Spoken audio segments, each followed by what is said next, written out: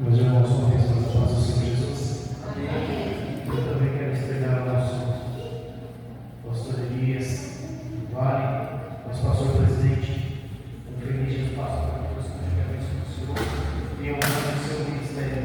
É uma tarefa fácil, mas o Senhor tem dado graça aos que têm se dedicado ao ministério pastoral. Irmãos, segunda carta aos Coríntios, escrita pelo apóstolo São Paulo, no seu capítulo 11 e o versículo de número 23. Segunda carta aos Coríntios, capítulo 11 e o versículo 23.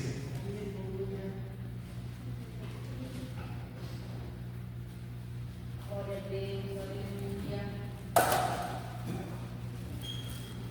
Amém? Amém. Versículo 23. Sou ministro de Cristo? Falo como fora de mim. Eu ainda mais, em trabalhos, muito mais, em açoites, mais do que eles, em prisões, muito mais em perigos da morte, muitas vezes. Recebi dos judeus 5 quarentenas de açoites menos um. 3 vezes fui açoitado com varas, uma vez fui apedrejado, 3 vezes sofri naufrágio, uma noite e um dia passei no abismo. Em viagens muitas vezes, em perigos terríveis, em perigos de salteadores, em perigos na minha nação, em perigos dos gentios, em perigos na cidade, em perigos no deserto, em perigos no mar, em perigos entre os falsos irmãos, em trabalhos e fadiga, em vigílias muitas vezes, em fome, em sede, em jejum muitas vezes, em frio e nudez. Amém? Essa carta, os irmãos podem aceitar, a segunda carta aos Coríntios, na verdade é a terceira carta aos Coríntios. A primeira carta, quando Paulo a escreveu, ela se perdeu nos irmãos de Coríntios, não recebeu a primeira carta. E a primeira carta que nós conhecemos é a segunda, e a segunda carta é a terceira. Mas isso que São Paulo escreve aos irmãos da cidade de Coríntios, muitas das vezes, para orientá-los a respeito de como deveriam proceder na obra do Senhor, orientando como o pai orienta o filho, ensinando a eles aquilo que deveria ser ensinado sobre ordem, decência, amor fraternal, uso dos dons espirituais, como se portar na ceia do Senhor e diversos outros assuntos. Mas Paulo aqui, ele vai declarar aos irmãos as suas situações periclitantes que ele passou ao decorrer do seu ministério: fome, frio, nudez, perseguição, risco de morte, 3 naufrágios. Ele não cita aqui para quem brigou, açoites, e tudo isso ele vai dizer que ele também sofre perseguição pelos da sua própria nação. Nós pensamos que Paulo tinha 2 nacionalidades, uma hebraica e outra romana. Então ele tinha livre acesso para mandar no Império Romano, o homem conhecedor da palavra, conhecedor das tradições judaicas, fariseu, dominava grego, hebraico, dominava filosofia. Tudo isso está descrito na palavra do Senhor. Mas Paulo vai mostrar aqui o seu sofrimento pela obra do Senhor. E quando eu falo obra do Senhor, não significa as paredes, o mobiliário, mas significa as pessoas. Paulo vai dizer que o sofrimento dele era pelas pessoas, por aqueles que já ouviam, ou já tinham ouvido falar de Cristo, que estavam seguindo esse caminho da fé, que por causa dele Paulo estava sofrendo, que por causa deles Paulo passou por todas essas situações difíceis: naufrágio, açoites, perseguição, risco de morte. Mas ele vai dizer que ele não se arrepende de nada do que ele fez por causa da obra do Senhor. Aleluia. O obreiro que serve a Deus, o crente que está servindo a Deus, ele está sujeito a passar as grandes dificuldades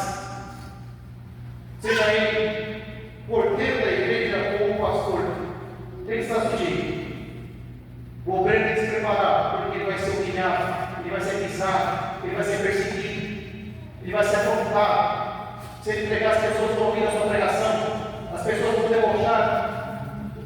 O crente tem que estar preparado para isso. Paulo era perseguido tanto pela sua nação, quanto das pessoas que queriam pregar nas cidades. As pessoas incitavam outras pessoas contra ele, principalmente judeus. Paulo começava a pregar, as pessoas começavam a se render ao Senhor, as pessoas começavam a ter boa consciência de que eram pecadores e precisavam do Senhor. Isso começava a incomodar os religiosos de todo lugar, sejam judeus ou sejam gregos. A transformação que as pessoas recebiam através da pregação de Paulo, elas reconheciam em si a plena necessidade de seguir a Cristo. Por isso as pessoas abandonavam a feitiçaria, abandonavam a vida promíscua. Isso aconteceu em Corinto. Corinto era uma igreja próspera e rica, uma igreja que as pessoas tinham os dons, mas tinha alguns pormenores que precisavam de orientação. Há momentos que Paulo escreve, começa elogiando os irmãos de Corinto, depois ele vai com uma palavra mais branda, começando a repreender aqueles irmãos, por causa da ceia, por causa do uso dos dons. Paulo adquiriu carisma de alguns e ódio de outros. Paulo era um homem conhecido em todos os lugares. Primeiro ele era conhecido por quê? Sendo ele fariseu, ele perseguia os cristãos. Ele mandava matar, ele perseguia. Ele esteve presente no assassinato de Estevão. Mas quando o Senhor encontra ele no caminho de Damasco, e Paulo cai por terra, reconhecendo agora a voz do Senhor que lhe falara, ele entra na cidade de Damasco, na Síria, e fica ali, hospedado, na rua da direita. E o Senhor manda que Ananias vá até lá. E quando Deus fala para Ananias quem era a pessoa que deveria orar, Ananias, ele fala: Senhor, mas esse homem anda com cartas de repúdio aos cristãos, ele anda matando os cristãos, e agora o Senhor quer que eu vá lá e ore por ele. E Deus fala para ele: vai, porque ele é para mim um vaso escolhido. Aleluia. Mas o mais importante desse tudo aqui é o que o Senhor fala para Ananias: porque eu lhe mostrarei. Deus vai mostrar para Paulo o quanto ele deve padecer por amor ao meu nome. Paulo tem um encontro com o Senhor, e o Senhor já tem para ele preparado algo inimaginável. O Senhor já está dizendo para o profeta Ananias: eu vou mostrar para ele quanto ele deve padecer por amor ao meu nome. E se Deus tem falar para nós isso hoje? Vou mostrar para vocês o quanto vocês devem padecer, sofrer por causa do amor ao meu nome. Quem está disposto a pagar esse preço? Quem coloca a mão no fogo? Quem dá o seu rosto a barra? Quem vai dizer: eis-me aqui? Porque Paulo está recebendo uma sentença sem saber dos planos que Deus tem.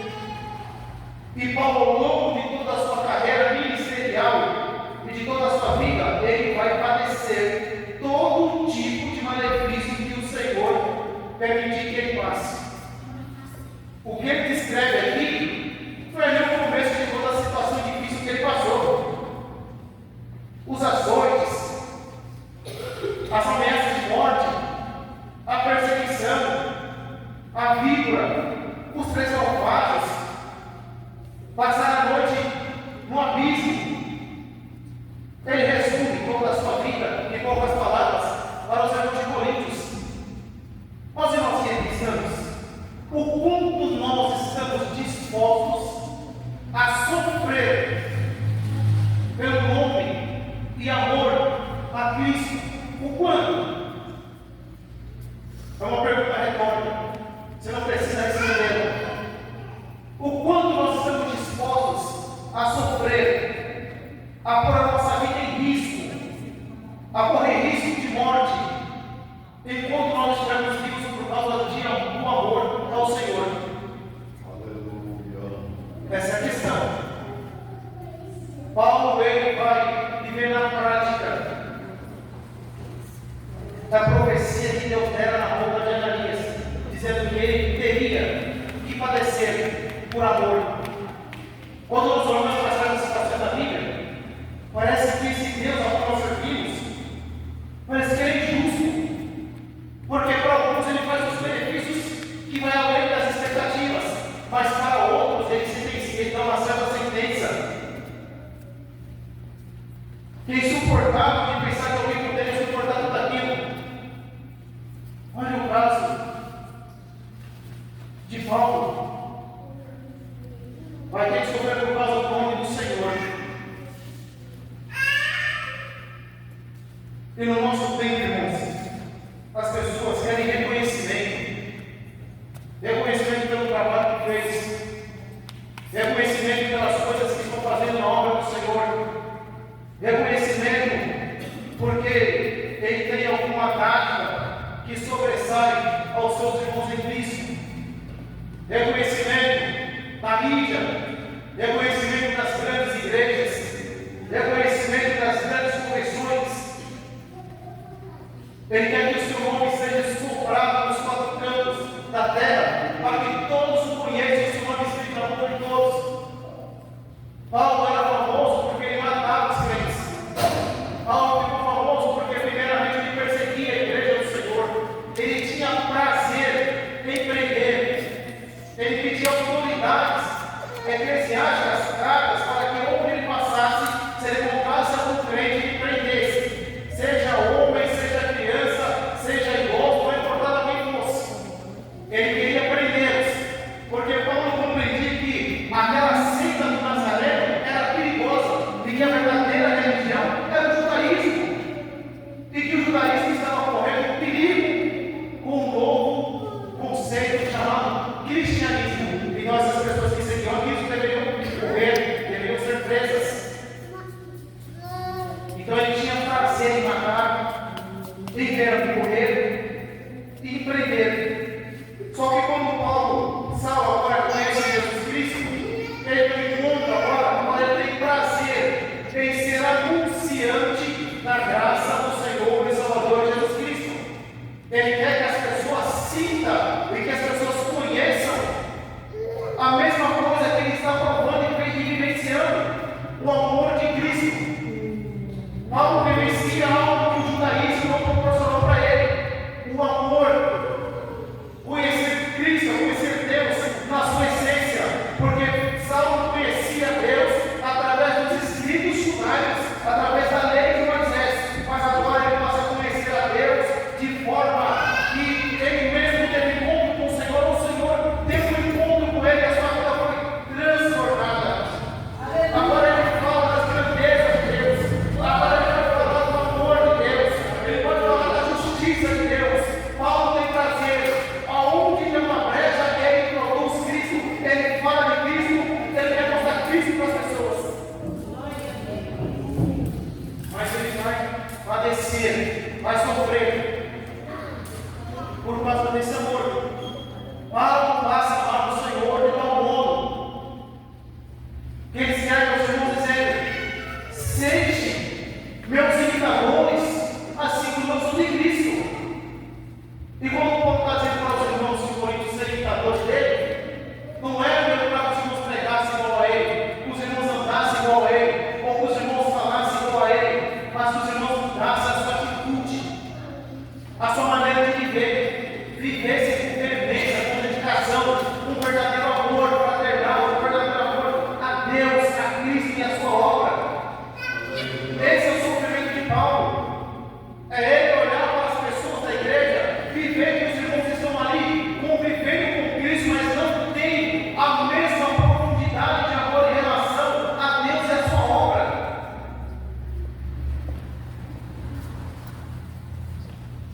E Paulo vai sofrer naufrágio, vai ser perseguido, vai ser açoitado. Ele vai no panteão, ele vai discutir com os filósofos. Ele vai achar o altar que está escrito ao Deus desconhecido. E ele vai pregar para aquela cidade quem é esse Deus desconhecido. E aquele Deus desconhecido entra naquele povo, torna-se um Deus conhecido. Ao pregar, as pessoas começaram a queimar os seus livros de feitiçaria. As pessoas começaram a quebrar as imagens de Júpiter, de Diana. As pessoas ouviam a mensagem de Paulo e sentiam algo diferente, que só a pregação da pessoa de Cristo poderia proporcionar a eles. Queimava eles, o coração deles, como Paulo queimava. Eles sentiam que jamais haviam sentido, com em toda a sua vida religiosa, servindo a outros deuses estranhos, ou deuses que nunca existiram, ou foram esculpidos pelas mãos dos homens. Aleluia! E quando Paulo ganhava eles, o povo se levantava contra ele para matá-lo. Na Síria, tiveram que descer pelo muro da cidade para que ele não morresse por causa da sua pregação em Damasco. Quando foi para Jerusalém e viram pregando, ou quando ele pregou em Damasco, as pessoas ficaram confusas. Mas não é esse Saulo que manda matar, o que manda prender, agora está pregando no nosso meio. Quando vai para Jerusalém, as pessoas ficam com medo dele. E vai que ele está planejando alguma coisa assim, que entrou no nosso meio, para mandar nos prender. Até que ele fosse apresentado aos discípulos. E Paulo testificasse o que aconteceu com ele no caminho para Damasco. Aí ele ganha confiança dos discípulos. Aleluia! E Paulo ele já sai para a sua primeira viagem missionária, anunciando Jesus, anunciando a Cristo, anunciando o perdão dos pecados, anunciando a misericórdia sobre esse Deus. Quando nós falamos de itinerância, está aqui um verdadeiro itinerante. Não dormia no altar, não viajava de avião, pagava o seu bolso, as suas passagens de viagem, trabalhava para não ser prestado na casa de ninguém que ficava hospedado. Aleluia! Glória a Deus! Em certos lugares ele ficou 2 anos ensinando e instruindo aqueles irmãos. Em momentos que ele tem que ir embora da cidade, o povo se junta no bordo e abraça ele, ao ponto de não querer deixá-lo ir embora. Paulo foi amado por muitos, mas evangelho por muitos também. Nos últimos capítulos de Atos, Lucas escreve que Paulo fica preso domiciliarmente na sua própria casa que ele havia comprado com o seu próprio salário. 2 anos. Mas Lucas escreve também que, enquanto ele ficou preso domiciliarmente esperando a sentença de morte, ele teve liberdade para continuar pregando. A sua casa entrava e saía pessoas recebendo instruções, recebendo a palavra do Senhor, ensinamentos para que pudesse dar prosseguimento à obra do Senhor. Aleluia, Deus! Irmãos, Aleluia! o tempo que nós estamos vivendo é fácil pregar. É fácil pregar para vocês. É fácil pregar na igreja. Difícil é pregar lá fora. Porque lá fora a timidez me toma, me falta coragem. É fácil pregar na Assembleia de Deus Cristã em São Paulo. É fácil pregar na Assembleia de Deus da Debrás em São Paulo. É fácil pregar no Pernambuco. É fácil pregar no Ceará. Pregar para frente é fácil. Difícil é pregar, é você pregar por nesse. É você convencê-lo de que o Senhor quer salvá-lo.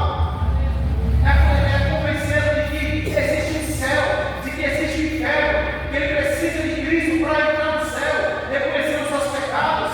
Sem salvação de Cristo Jesus, nenhum homem é salvo. Andar de avião pregando fora uma coisa fácil, irmãos. O mais difícil já foi feito pelos apóstolos, pelos primeiros crentes que chegaram nesse país. Começando com os americanos, que tinham culto somente para eles aqui no Brasil. Eles eram proibidos de anunciar a palavra do Senhor para os brasileiros. Então eles criaram um culto só para eles. Depois eram os congregacionais, os batistas, era um culto só para eles.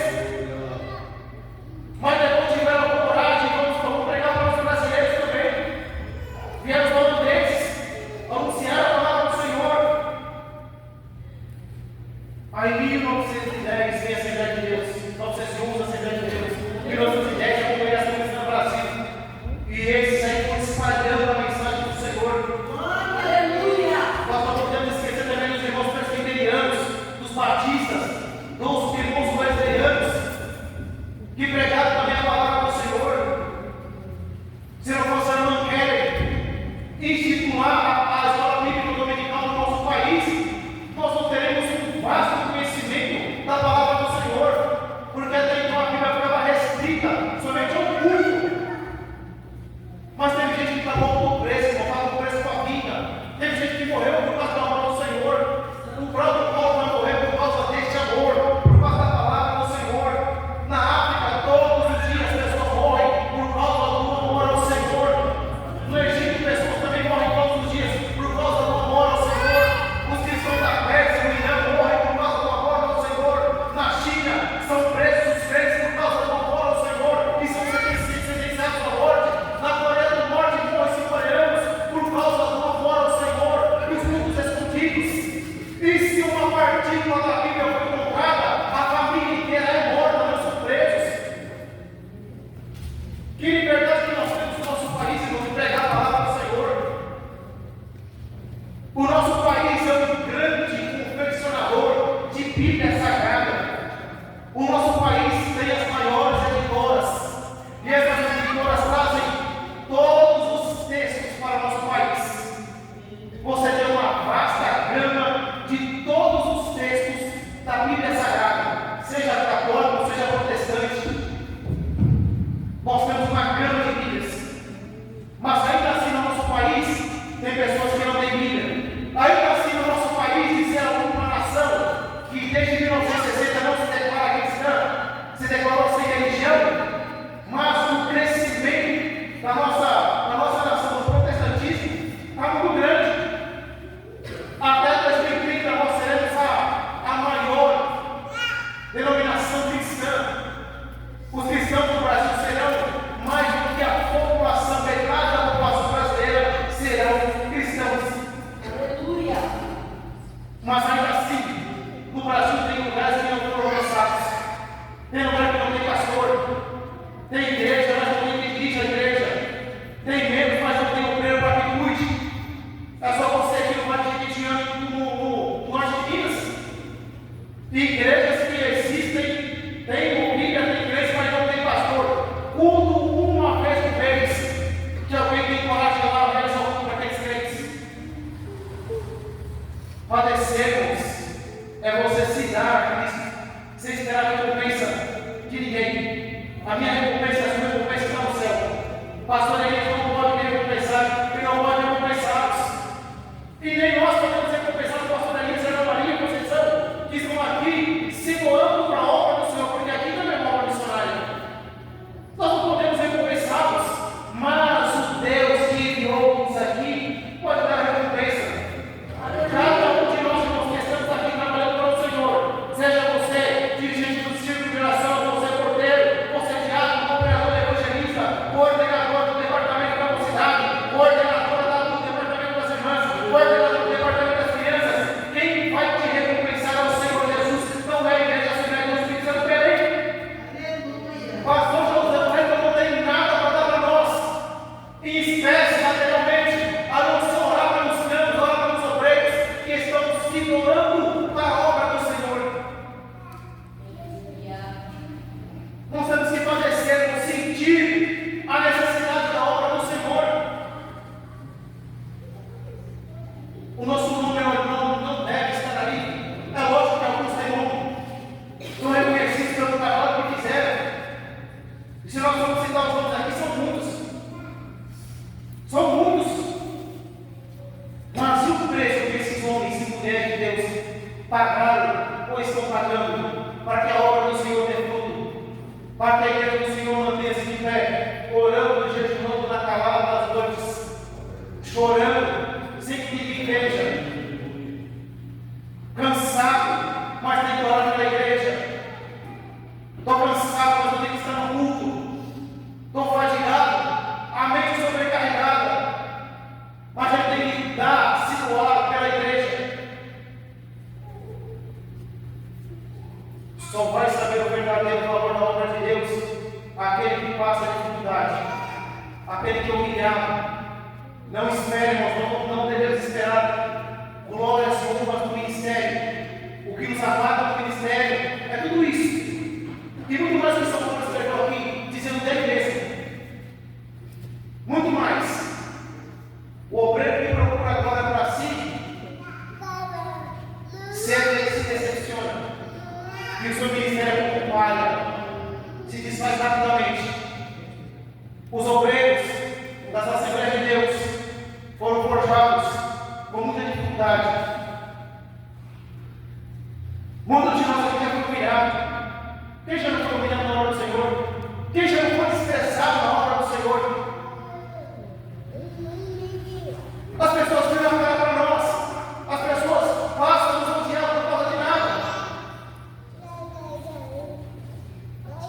Se você canta bem, prepare-se. Se você prega, prepare-se. Se você ora, prepare-se. Porque vão te perseguir porque você está orando. Se você está cantando a Deus com sinceridade no seu coração, se prepare porque vão te perseguir porque você está cantando a Deus com sinceridade. Se você está pastoreando, se você está coordenando, se prepare. Porque vão te afrontar, vão te perseguir, e não é lá de fora, são daqui de dentro. São Paulo vai dizendo: a minha nação me persegue. Passei por ações, por dificuldades, e quem achou que alguém perseguiu o povo, quem tentava matar ele? Os da sua nação. Muitas das vezes nós somos a nossa recompensa, muitas das vezes não é nada. Nossa verdadeira recompensa é nos céus.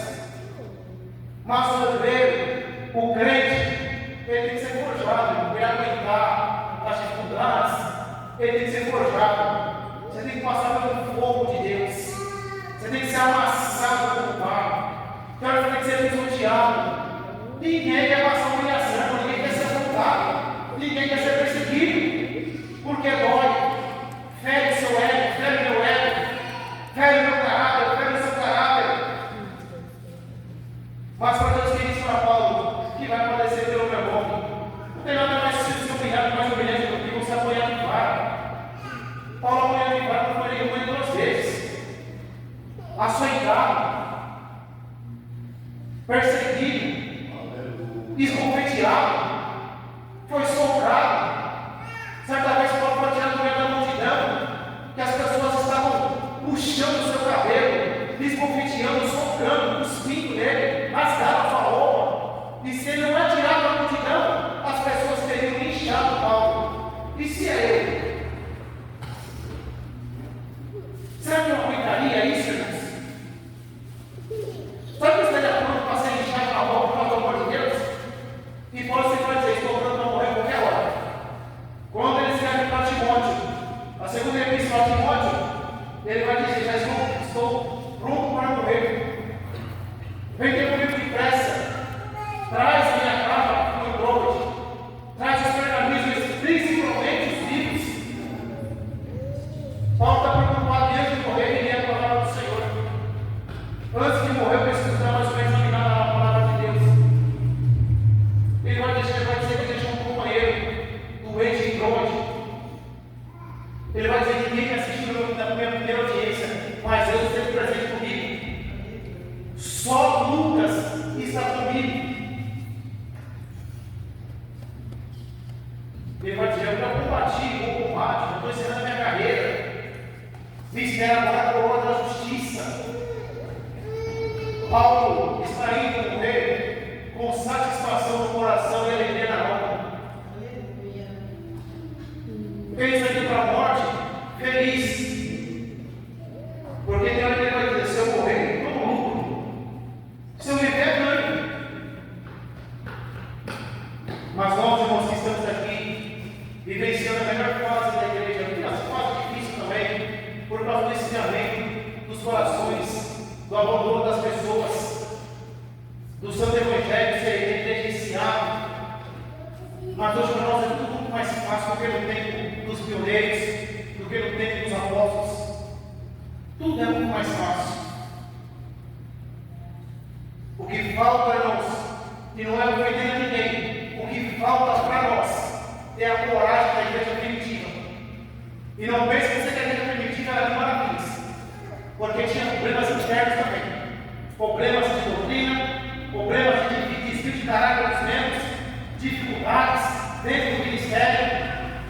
queixa dos crentes, queixando uns dos outros para o ministério da igreja. As viúvas gregas não estão recebendo assistência, mas as viúvas hebreias recebem assistência mais do que as gregas. Então fizeram um concílio, o primeiro concílio da igreja, levantaram os diáconos. E qual é o requisito? Homens cheios do Espírito Santo de Deus. E hoje nós temos uma gama nesse país e fora do país de obreiros que não têm nada do Espírito Santo de Deus. Nada.